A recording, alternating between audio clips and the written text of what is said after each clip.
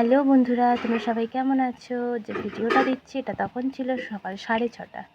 আমি সকাল সকাল ঘুম থেকে উঠে কী আর করা যায় বলো।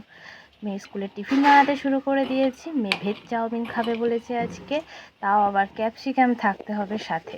তাই মেয়ের চাউমিন বানাতে শুরু করে দিয়েছি। দেখো, কড়াই তেলও দিয়ে দিয়েছি, পেঁয়াজ দিয়ে দিয়েছি, সবজিগুলোতে একটু নুন মাখিয়ে নিলাম। তারপরে একটু পেঁয়াজটা ফ্রাই হলে হালকা লাল লাল হয়ে গেলেই আমি সবজি দিয়ে দেবো।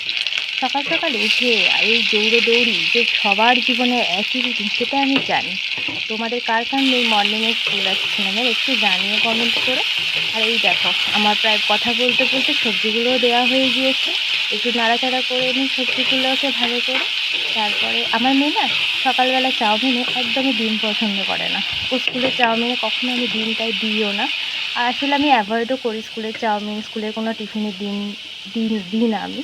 তো যাই হোক, সবজি আর পেঁয়াজ কুচিয়ে আমি চাউমিনটা করে দিলাম ওকে।